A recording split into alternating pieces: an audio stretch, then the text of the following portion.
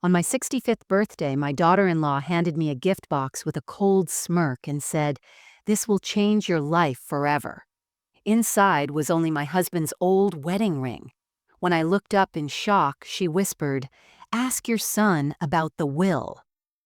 Before we start, let us know in the comments where you're watching from. Don't forget to like, share, and subscribe for more powerful stories. I'm Margaret, and for 65 years, I believed that family meant everything. I spent 4 decades as a third-grade teacher, nurturing other people's children while raising my own son, David, with endless patience and unconditional love. Every morning for 37 years of marriage, I woke up next to Robert, my gentle giant of a husband who worked double shifts at the steel mill so I could afford to stay home summers with David. We weren't rich in money, but we were millionaires in love and dreams. Our little house on Maple Street became the heart of our neighborhood. I was the woman who baked cookies for every school fundraiser, who opened my doors to any child who needed a safe place, who turned our backyard into a wonderland for birthday parties and graduations. When the neighbors went through divorces or job losses, my kitchen table became their sanctuary.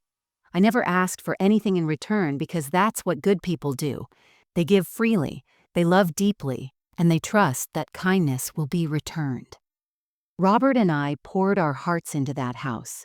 We painted every room together, planted every flower in the garden, and built memories in every corner. When David brought Sarah home 6 years ago, I welcomed her like the daughter I never had. I taught her my secret recipes, included her in our holiday traditions, and loved her children as my own grandchildren. I thought I was gaining a daughter, not losing everything I held dear. 6 months ago, my world shattered when Robert collapsed in his workshop. One moment he was fixing our grandson's bicycle, humming that old Frank Sinatra song he loved, and the next moment he was gone. The heart attack was massive and sudden, leaving me drowning in grief and struggling to understand a world without my partner. But even through my pain, I kept being the mother and grandmother my family needed. I organized the funeral, comforted everyone else, and quietly carried the weight of losing my soulmate while making sure everyone else felt supported. I spent decades putting others first, sacrificing my own dreams and desires to build a foundation of love for my family. When David needed college money, Robert and I took out a second mortgage. When he struggled to find work after graduation, we helped with his rent and groceries for 2 years. When Sarah wanted that expensive wedding, I sold my grandmother's jewelry to help pay for it. Every sacrifice felt like an investment in love, in family, and building something beautiful that would last beyond our lifetime.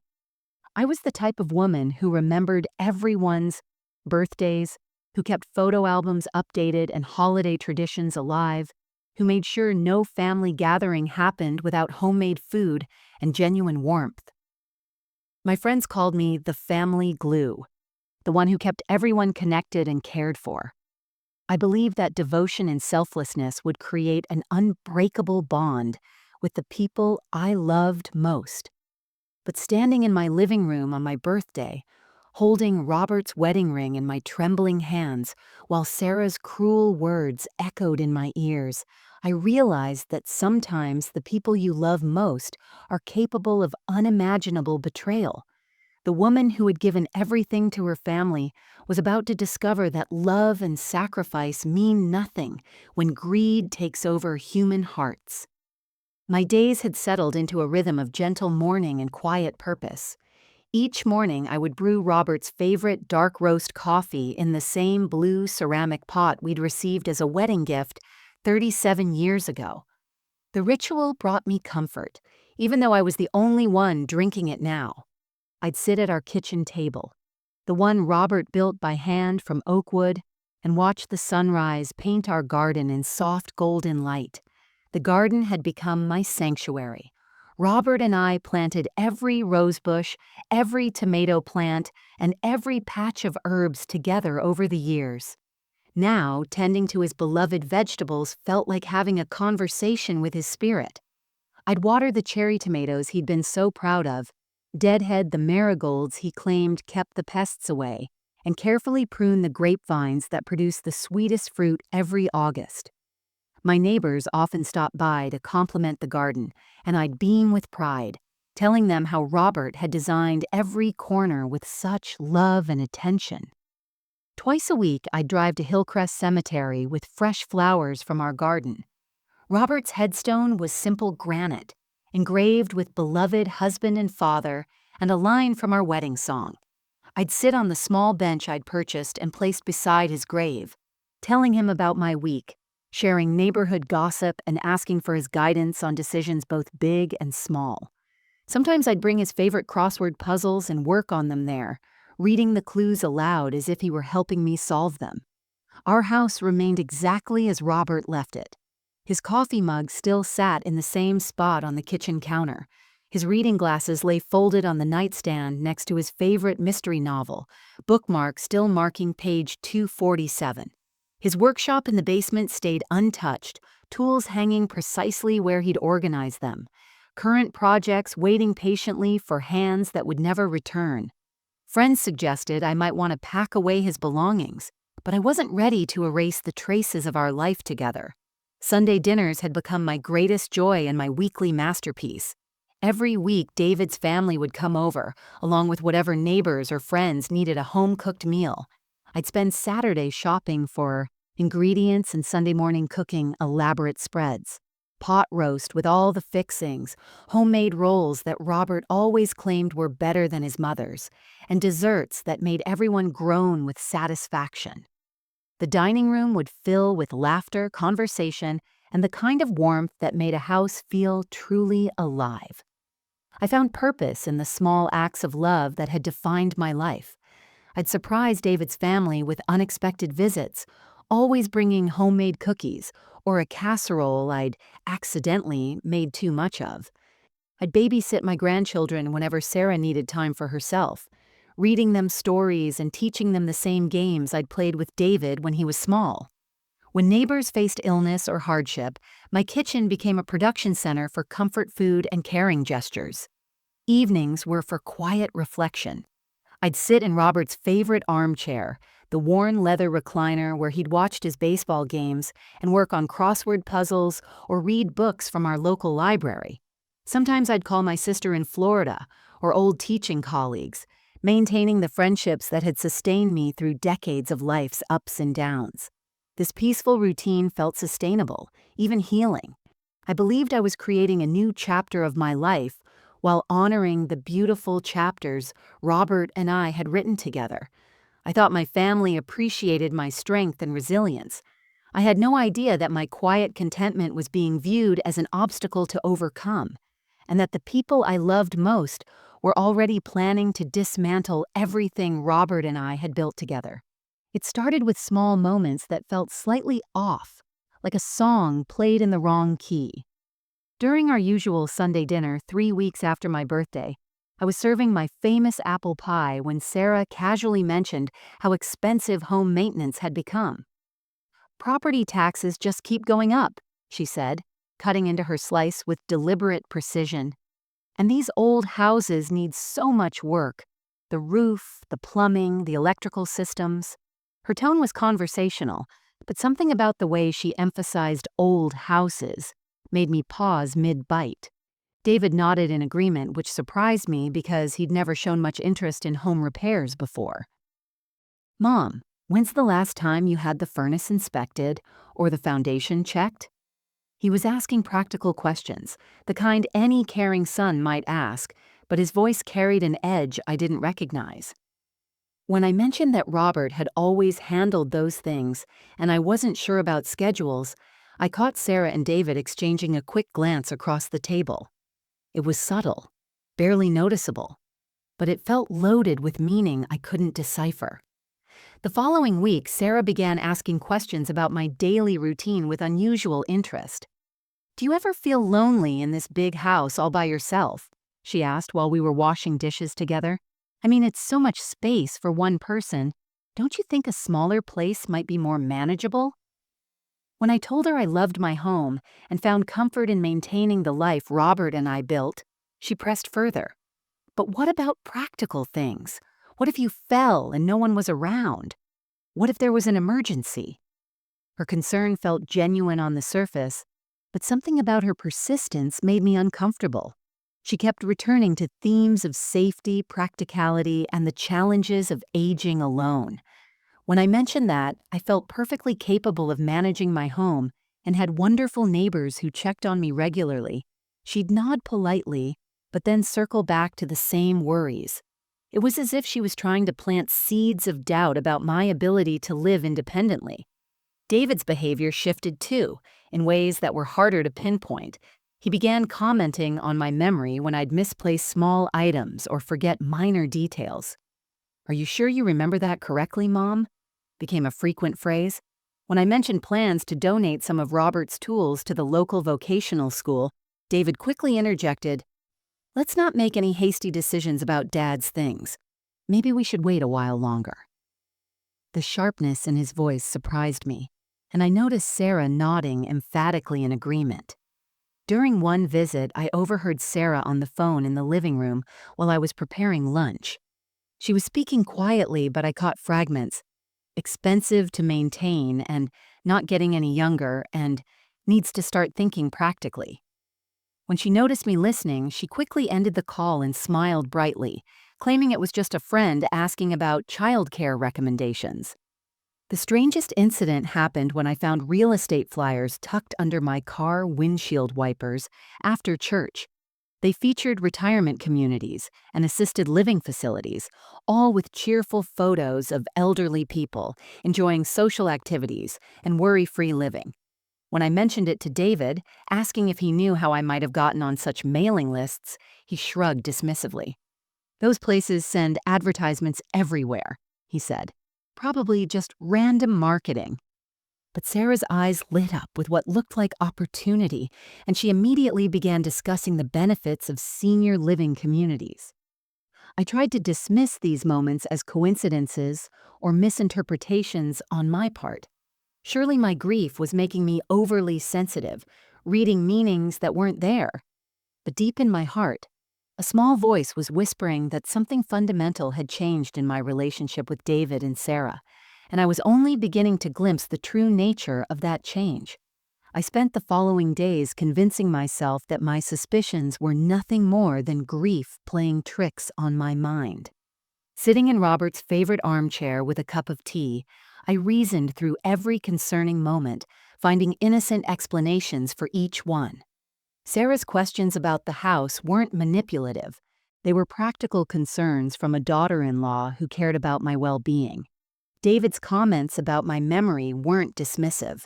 They were natural worry from a son who'd just lost his father and feared losing his mother too. "You're being paranoid, Margaret," I whispered to myself, the words echoing in the quiet living room. Robert had always teased me about having an overactive imagination, especially during the mystery novels we'd read together. "You're looking for plots where there aren't any," he'd say with that gentle smile. I could almost hear his voice now, encouraging me to give our family the benefit of the doubt. These were people who loved me, who had mourned Robert's loss alongside me, who surely had my best interests at heart. I decided to interpret their behavior through the lens of love rather than suspicion. When Sarah brought up home maintenance costs, she was probably genuinely worried about my financial security as a widow. When David questioned my memory, perhaps he was concerned about the stress of grief affecting my cognitive abilities. These were normal family concerns, weren't they?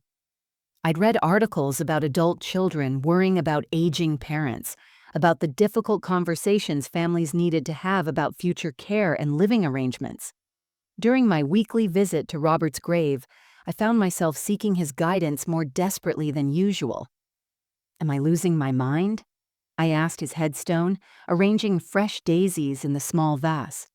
"Are they really trying to help me? Or am I right to feel uneasy?"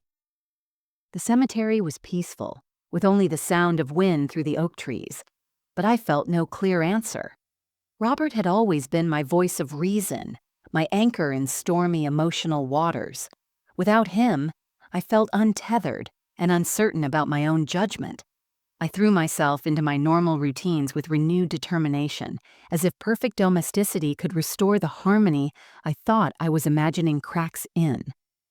I spent extra hours in the garden, making sure every flower bed was immaculate.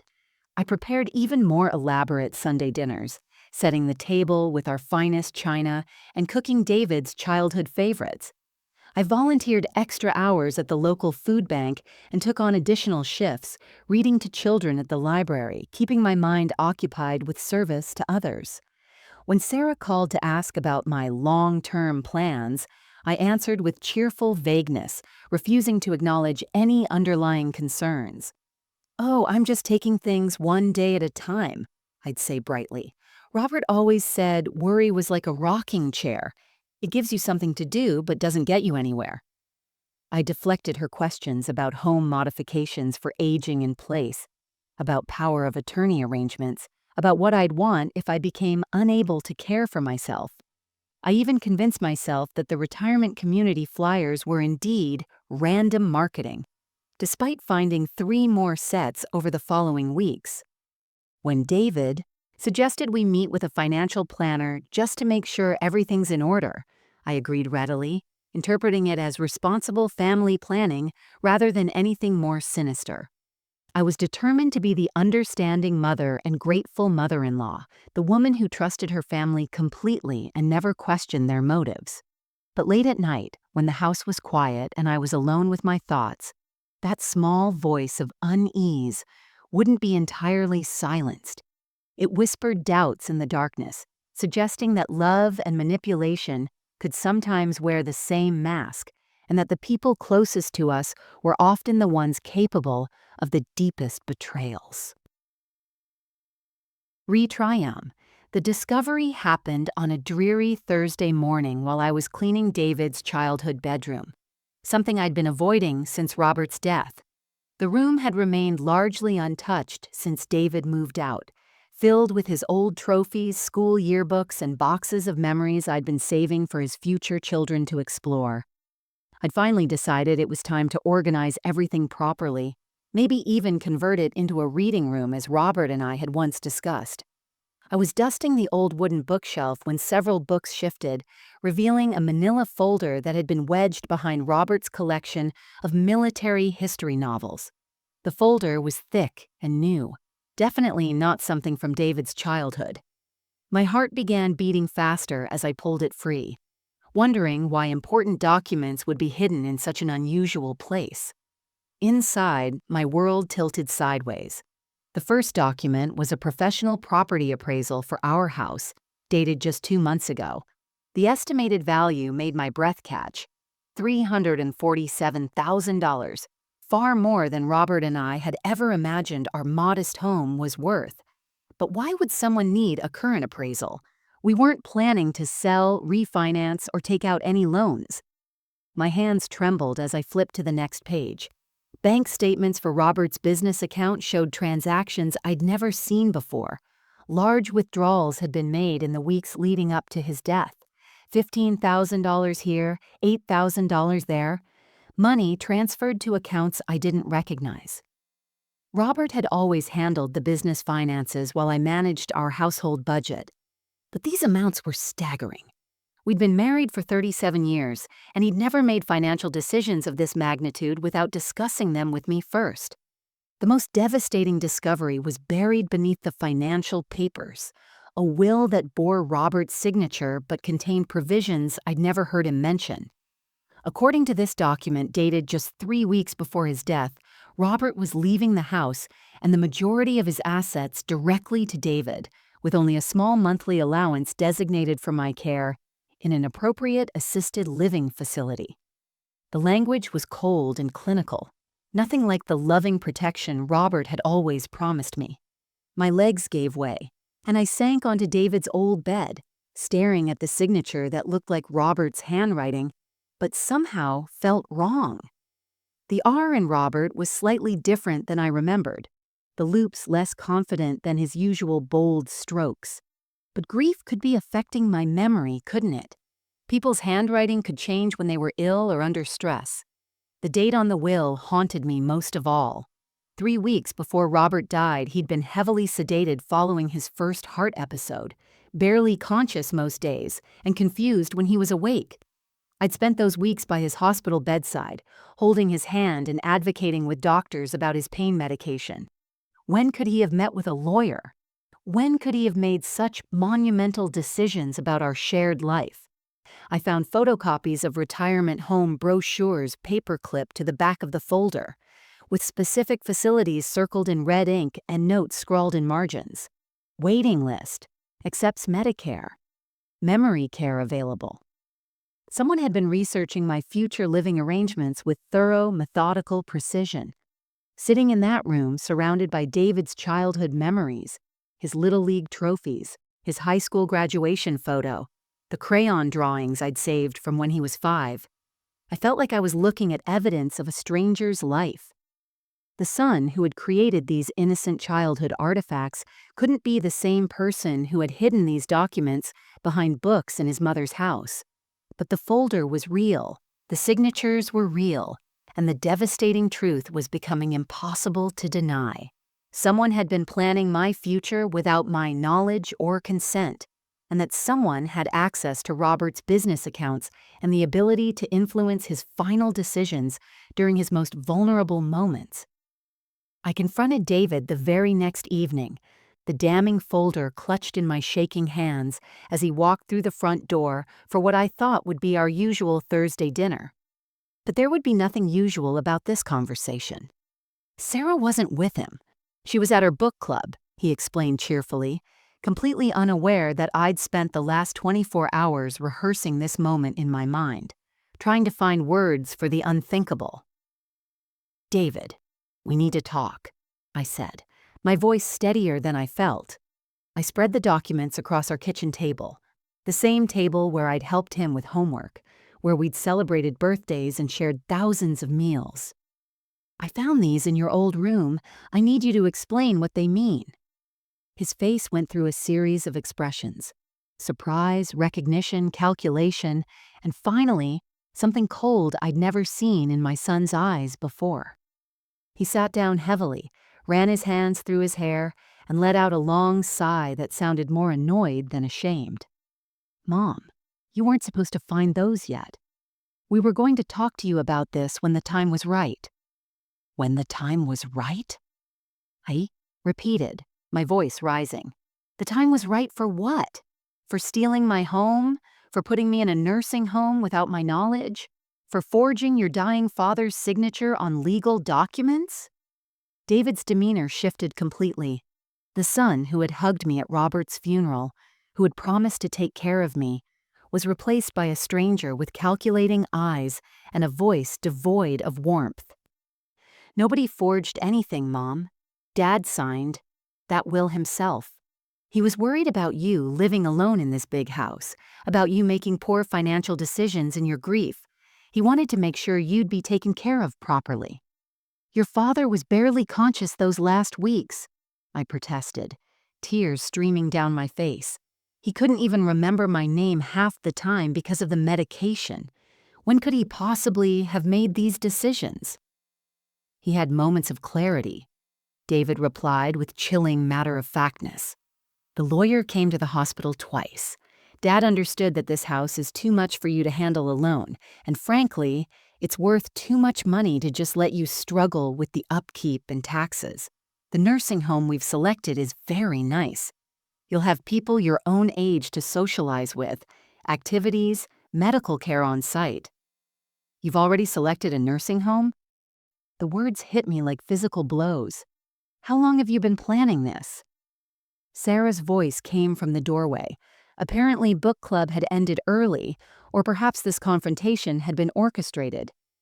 "We've been planning this since Dad got sick," she said, her mask of concern finally slipping away completely. "Someone had to think practically about the future. You're 65 years old, Mom. You can't maintain this house forever, and we can't keep worrying about you having accidents or making mistakes." "The house will sell quickly in this market," David continued, his voice businesslike and cruel. "After we pay off the remaining mortgage and the nursing home deposits, there should be enough left for your care for several years. It's really the most sensible solution for everyone. I stared at these two people I thought I knew, people I had loved and sacrificed for, people I had welcomed into my heart and home. Everyone? I whispered. What about what I want? What about the life your father and I built together? David shrugged with devastating casualness. Mom, you're not thinking clearly. Grief affects judgment. We're making these decisions because we love you and want what's best for you. The papers are already filed. The house goes on the market next month. The betrayal was complete and spoken with the cold efficiency of a business transaction. The next morning, I woke up with a clarity born from devastating betrayal and began searching through documents I'd never thought to question before. What I discovered over the following days revealed a conspiracy so methodical and heartless that it took my breath away. This wasn't just about stealing my house.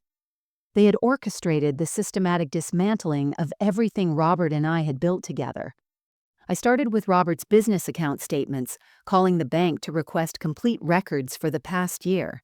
The customer service representative's sympathetic voice guided me through transactions that painted a horrifying picture.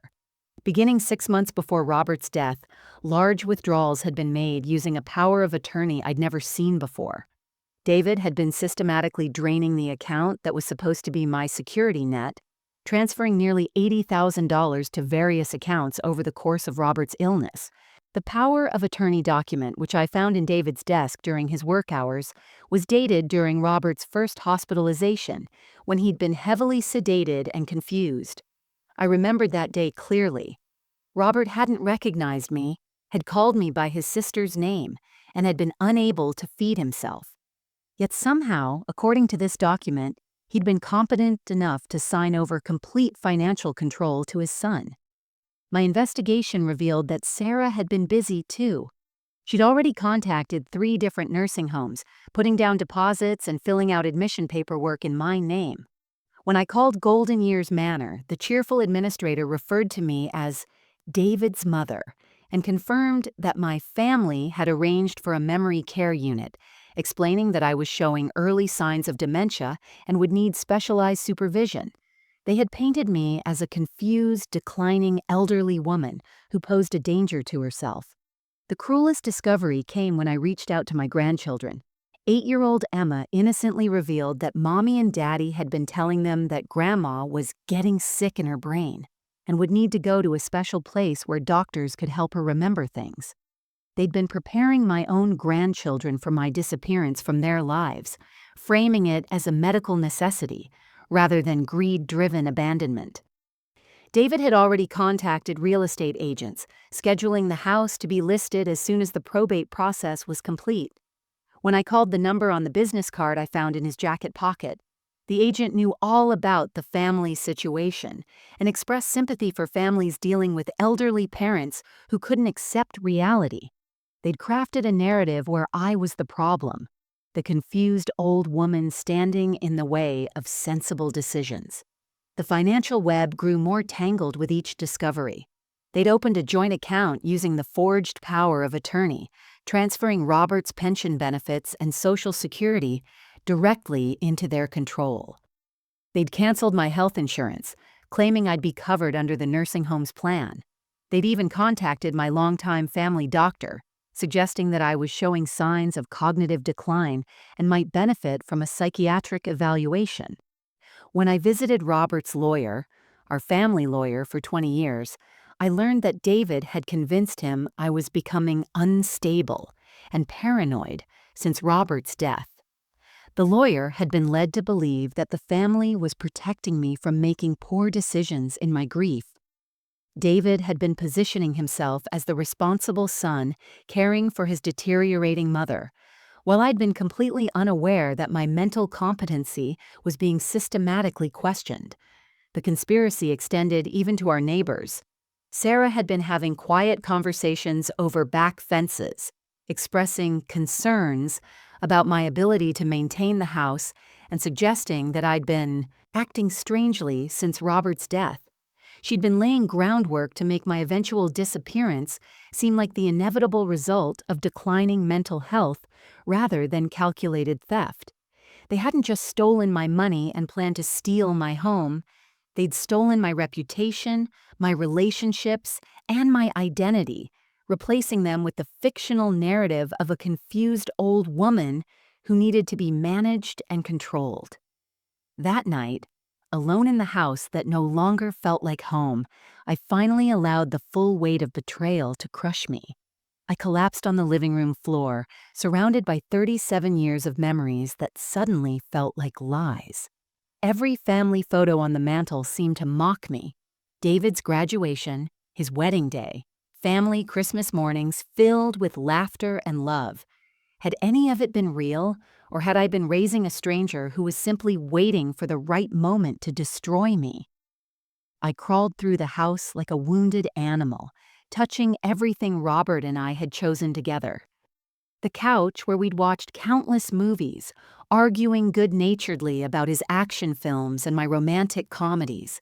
The kitchen table where we'd planned our dreams, discussed our fears, and shared the intimate details of a life built on trust and partnership. The bedroom where we'd held each other through illness and joy, promising to protect each other until death do us part. But death hadn't parted us. Our son had. In Robert's workshop, I pressed my face against his workbench and sobbed until my chest ached. The smell of sawdust and oil still lingered, along with the ghost of his presence. I could almost see him there, carefully measuring wood for another project, humming while he worked, always building something to make our life more beautiful. He'd crafted our kitchen cabinets by hand, built the back deck where we'd watched countless sunsets, constructed the greenhouse where I'd started my seedlings every spring. "How could you leave me alone to face this?" I whispered to his memory, anger mixing with grief in ways that made me feel guilty and desperate. Robert had worked himself to exhaustion to provide for our family, taking overtime shifts even when his back ached, saving every penny so we could give David opportunities we'd never had. He'd sacrificed his health and his time because he believed family was everything. Now that devotion had been turned into a weapon against me. I remembered every sacrifice I'd made with devastating clarity. The promotion I'd turned down because David needed me home during his difficult teenage years. The vacation Robert and I had canceled so we could help pay for David's wedding.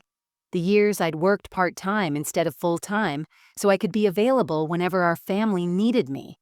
Every choice had been made out of love, but love was apparently meaningless to the people who had benefited most from it. The photographs were the worst torture. Baby David, chubby and innocent, reaching his tiny hands toward the camera. 5-year-old David, gap-toothed and giggling, hugging me tight after I'd bandaged his scraped knee. Teenage David, sullen but grateful when I'd defended him against Robert's discipline. College David, calling home every week to share his struggles and victories. Wedding David, tears in his eyes as he thanked me for being the best mother he could have asked for. Where had that child gone? When had love turned into calculation? When had the boy who used to crawl into our bed during thunderstorms become a man who could look his grieving mother in the eye and lie about her dead husband's wishes? I found myself in David's old bedroom, clutching his high school yearbook, reading the inscription he'd written to me. "Mom, thank you for always believing in me and for teaching me right from wrong. I promise I'll make you proud and take care of you when you're old, just like you took care of me. Love always, David." The promises felt like razors cutting through my heart. I had raised him to be honest, compassionate, and protective of those who were vulnerable. Instead, I'd apparently raised a predator who saw my grief as an opportunity and my trust as weakness to be exploited. I cried until there were no tears left, only the hollow ache of a mother whose greatest achievement had become her greatest destroyer. I woke up on David's bedroom floor at dawn, my face swollen from tears and my body stiff from a night spent curled around his old yearbook. For a moment, I couldn't remember where I was or why every muscle ached. Then the memories crashed back. The documents, the confrontation, the systematic betrayal that had stripped away everything I thought I knew about my life. But instead of despair, I felt something new stirring in my chest, a cold, determined anger. Standing slowly, I walked to the window and watched the sunrise paint our neighborhood in soft, golden light. Mrs. Henderson was already in her garden, tending to the roses Robert had helped her plant last spring. The Johnson's dog was barking at the mailman, the same routine that had played out for years. Life was continuing normally for everyone else, while my world had been turned upside down. But I was still here, still breathing, still capable of fighting back. I made my way to Robert's workshop, moving with purpose for the first time in days. Sitting at his workbench, surrounded by tools he'd used to build our life together, I felt his presence more strongly than I had since his death. "You didn't raise a quitter," I said aloud to his memory, "and you didn't marry one either." Robert had always admired my strength, the fierce protectiveness I'd shown as a teacher when bullies targeted my students. "Margaret doesn't back down when she knows she's right," he used to tell people with pride. I thought about my 40 years in the classroom, dealing with manipulative parents, dishonest administrators, and systems designed to defeat dedicated teachers. I'd fought budget cuts that threatened art programs, challenged principals who played favorites, and stood up to school board members who cared more about politics than children. I'd never once backed down when something mattered, and my marriage and my home mattered more than anything I'd ever fought for. The woman who had raised David with endless patience and love was also the woman who had faced down angry parents, incompetent supervisors, and bureaucratic nonsense with unwavering determination. I'd taught hundreds of children to stand up to bullies, to speak truth to power, to never let anyone make them feel small or worthless. Now my own son and daughter-in-law were the bullies, and it was time to practice what I'd preached. I picked up one of Robert's hammers, feeling its familiar weight in my hand. He'd taught me to use his tools over the years, insisting that I should be able to fix things myself if needed. "Independence is the most important thing I can give you," he'd said. "Never let anyone make you helpless." The irony was bitter. David was trying to make me helpless, to paint me as incompetent and confused, when Robert had spent decades ensuring I was exactly the opposite. Walking back through our house, I saw it with new eyes. This wasn't just a building to be sold for profit. It was a testament to everything Robert and I had accomplished together. Every room held memories of love, sacrifice, and hard work. The kitchen where I'd prepared thousands of meals with joy. The living room where we'd raised our son and welcomed friends. The bedroom where we'd shared our most intimate moments and deepest fears. David and Sarah thought they were dealing with a broken, grieving old woman who would accept their decisions without resistance. They had no idea they'd awakened a fighter who had spent 4 decades protecting what mattered most. They'd underestimated the strength that comes from righteous anger and the power of a mother who finally understood that her greatest act of love would be refusing to let her son destroy everything good about himself. The real Margaret was done hiding. The real Margaret was ready for war. Requiem. My first call was to Robert's original lawyer, Harold Matthews, who had drawn up our authentic will 15 years ago. Harold had been Robert's friend since high school, and when I explained the situation, his voice turned ice cold. "Margaret, what you're describing is elder abuse and fraud," he said firmly. "That document David showed you isn't worth the paper it's printed on. Robert's real will is in my safe, witnessed properly and filed correctly. You inherit everything, just as he always intended." Harold agreed to meet me privately that afternoon, bringing copies of all our legitimate legal documents. The relief was overwhelming. I wasn't losing my mind and I wasn't losing my home. But more importantly, Harold confirmed that the signatures on the forged will were poorly executed fakes, and the power of attorney was invalid due to Robert's documented medical condition during the alleged signing date. "We have them dead to rights," Harold said, his anger matching mine. "But I recommend we gather more evidence before we confront them. Let them think they're getting away with it a little longer." That evening, I visited my neighbor Tom, who worked in electronic security. I explained that I was concerned about break-ins since Robert's death and needed a discreet security system. Tom, who had always been fond of Robert and me, installed tiny cameras in the living room, kitchen, and David's old bedroom where he'd hidden the documents. The devices were nearly invisible, tucked behind picture frames and inside decorative objects. I also purchased a small digital recorder, which I began carrying in my pocket during every interaction with David and Sarah. Harold had explained that in our state, I could legally record conversations as long as I was a participant. Every phone call, every visit, every casual comment would now be preserved as evidence. The hardest part of my plan involved my grandchildren. I arranged separate visits with each of them while David and Sarah were at work, carefully documenting the lies they'd been told. 8-year-old Emma innocently repeated that Grandma's brain is getting sick and that she'd need to live in a special place with doctors. 10-year-old Michael had been told that the house was too dangerous for me and that selling it was the only way to keep Grandma safe. I recorded these conversations with a broken heart, knowing that my own son had used my beloved grandchildren as weapons in his scheme. But their innocent words would prove that David and Sarah had been preparing the family narrative long before confronting me, showing premeditation rather than genuine concern. My next step was visiting our bank with Harold. We froze the accounts that David had been accessing illegally and filed formal complaints about the fraudulent transactions. The bank's fraud department was horrified to learn that nearly $80,000 had been transferred using forged documents while Robert was hospitalized and heavily medicated. I contacted the nursing homes where Sarah had made deposits, explaining that I was the victim of elder fraud and had never consented to admission. The administrators were shocked to learn they'd been dealing with criminals and immediately refunded the deposits while providing written statements about Sarah's deceptive actions. Harold helped me craft a careful strategy for the confrontation. We would let David and Sarah reveal more of their plan while recording everything, then present them with the choice between criminal prosecution or quietly returning everything they'd stolen. The evidence was already overwhelming, but Harold wanted their full confession on record.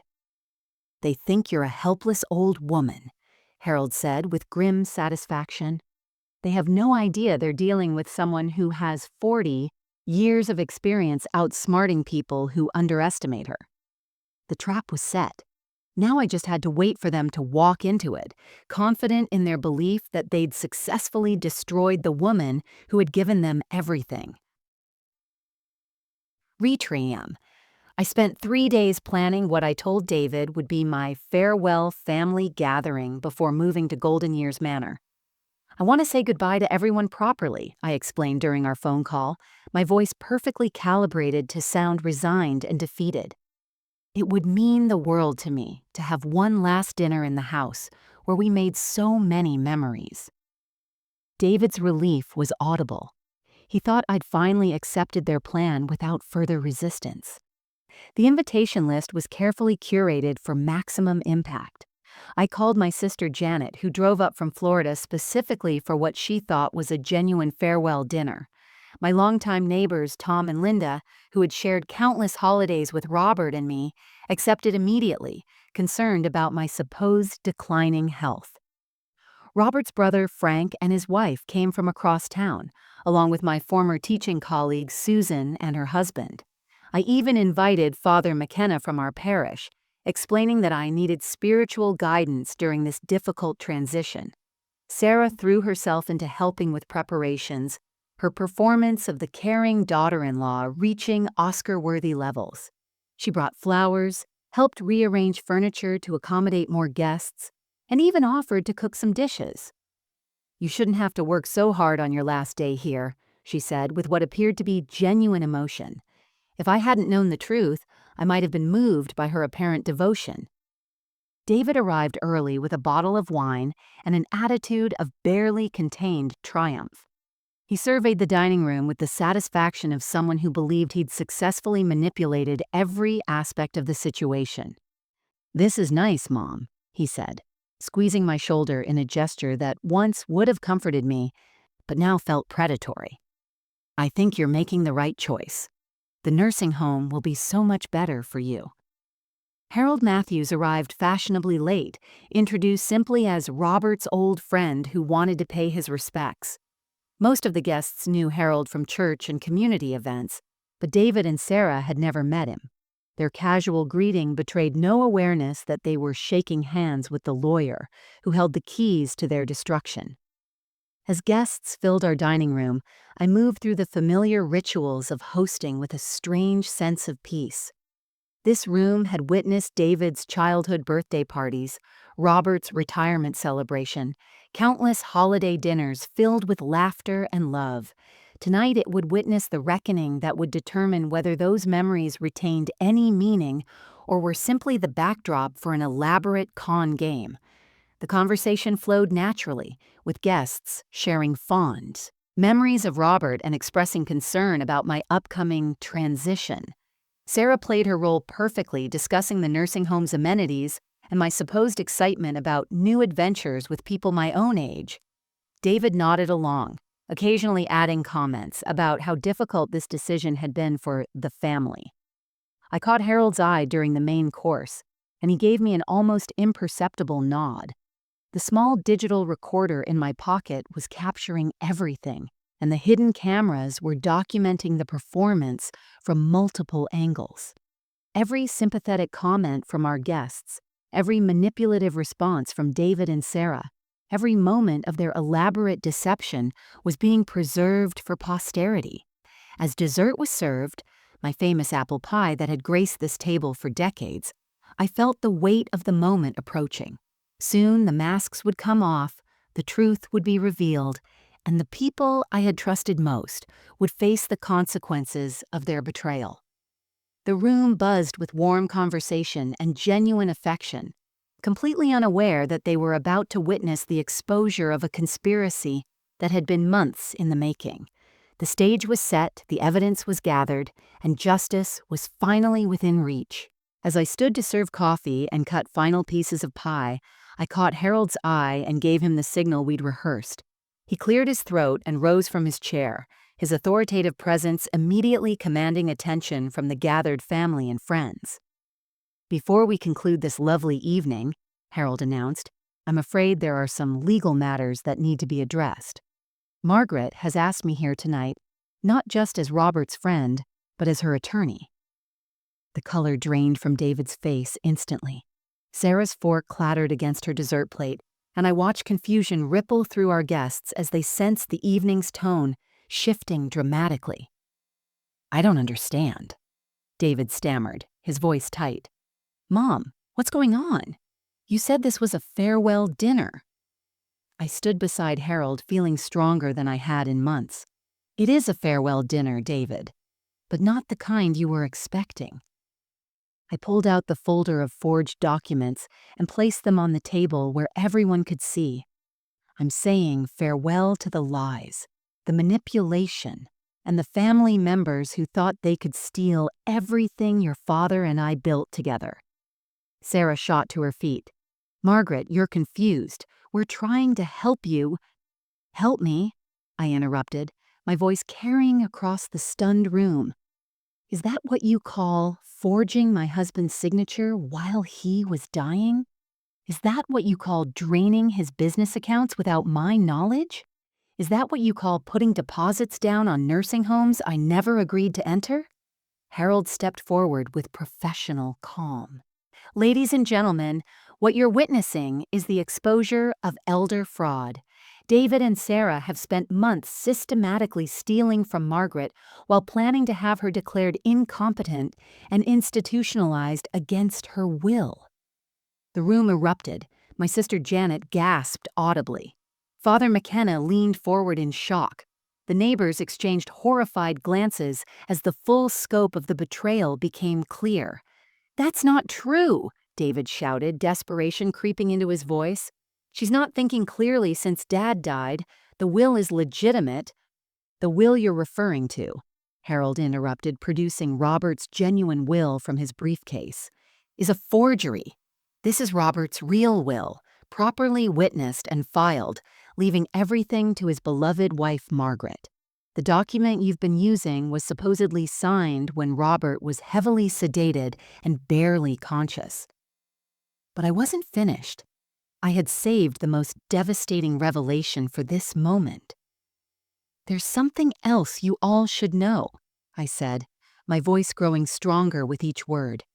"For the past 3 weeks, I've been recording every conversation and documenting every lie." I pulled out my small digital recorder and played back Sarah's voice from just hours earlier. "The nursing home will be so much better for you. You're making the right choice." Then David's voice. "This decision has been so difficult for the family. Even tonight," I continued, "while sitting at my dinner table and accepting my hospitality, you've been lying to every person in this room about your motives. You told my grandchildren that Grandma's brain was getting sick. You told our neighbors I was becoming dangerous to myself. You convinced professionals that I was incompetent while I was perfectly capable of running circles around both of you." Sarah began crying, but they were tears of rage, not remorse. "You recorded us. You manipulative." "I learned from the best," I replied calmly. "The difference is, I was protecting myself from criminals. You were destroying a woman who loved you unconditionally." Harold placed his hand on my shoulder. "Margaret, these recordings, combined with the forged documents and fraudulent financial transactions, constitute multiple felonies. David and Sarah are facing serious prison time." The silence in the room was deafening as the full magnitude of their betrayal sank in among our guests, and David and Sarah realized their carefully constructed lies had crumbled completely. The aftermath moved swiftly and decisively. Harold had prepared all the necessary paperwork in advance, and within 48 hours of that devastating dinner party, David and Sarah faced a choice: criminal prosecution with potential prison sentences of 5 to 10 years, or immediate restitution of all stolen funds, plus punitive damages in exchange for plea agreements that would still result in criminal records and supervised probation. Faced with the overwhelming evidence, the recordings, forged documents, fraudulent bank transfers, and witness testimony from the nursing home administrators they'd deceived, David and Sarah chose restitution. The $80,000 they'd stolen from Robert's business account was returned with interest. They were required to pay an additional $50,000 in damages for emotional distress and legal fees. Most satisfying of all, they were both sentenced to 200 hours of community service at elder care facilities, where they would spend the next 2 years learning what genuine care for the elderly actually looked like. The house remained mine, of course, along with all of Robert's assets exactly as he had intended. But more than the financial victory, I had reclaimed my identity, my dignity, and my right to make my own decisions about my future. The narrative of the confused, declining old woman who needed to be managed and controlled had been thoroughly destroyed, replaced by the truth. I was a sharp, capable woman who had outmaneuvered 2 people who had seriously underestimated her. My grandchildren were the innocent victims in this entire ordeal, and rebuilding their trust became my most important mission. Through family counseling sessions, they slowly learned that the lies about Grandma's sick brain and need for special doctors had been part of their parents' scheme. 8-year-old Emma asked me directly, "Grandma, are you really sick?" When I assured her that I was perfectly healthy and sharp, she hugged me tightly and whispered, "I knew you were still my real grandma." The children moved in temporarily with Robert's brother Frank and his wife, who provided stability while David and Sarah dealt with the legal consequences of their actions. I had unlimited visitation rights and used them generously, rebuilding the loving relationship that had been poisoned by their parents' manipulation. We planted a memorial garden for Grandpa Robert, read stories on the same couch where I'd once read to their father, and slowly healed the damage that greed had inflicted on our family bonds. My relationship with David and Sarah was permanently severed. Trust, once broken so completely, couldn't be repaired with apologies or excuses. They had looked me in the eye while planning my destruction, had used my grief as a weapon against me, and had involved innocent children in their scheme. Some betrayals are simply unforgivable, and this was one of them. But my life flourished in ways I hadn't expected. The story of my fight back spread through our community, and I found myself becoming an inadvertent advocate for elder rights. I began speaking at community centers and senior groups about recognizing the warning signs of family financial abuse.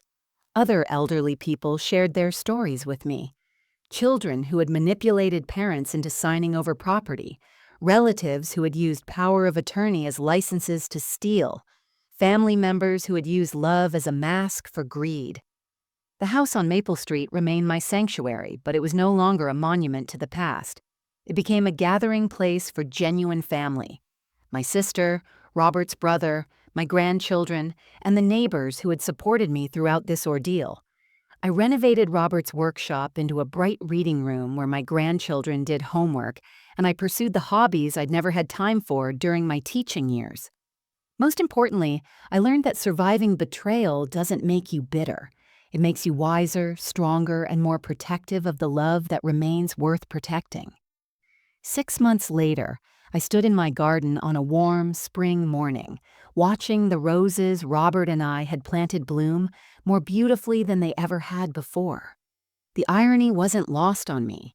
Sometimes the deepest pruning produces the most magnificent growth.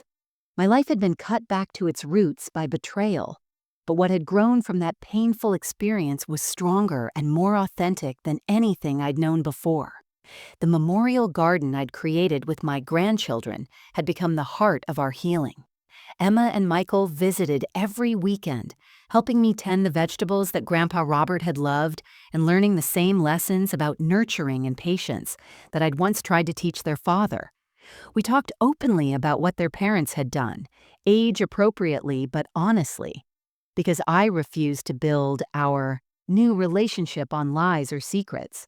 Sometimes people make very bad choices, I explained to them. But that doesn't mean love isn't real or that family can't be trusted. It just means we have to choose our family more carefully. I kept Robert's wedding ring in a small frame on my mantel, not hidden away in shame or displayed in anger, but present as a reminder of what real love looks like.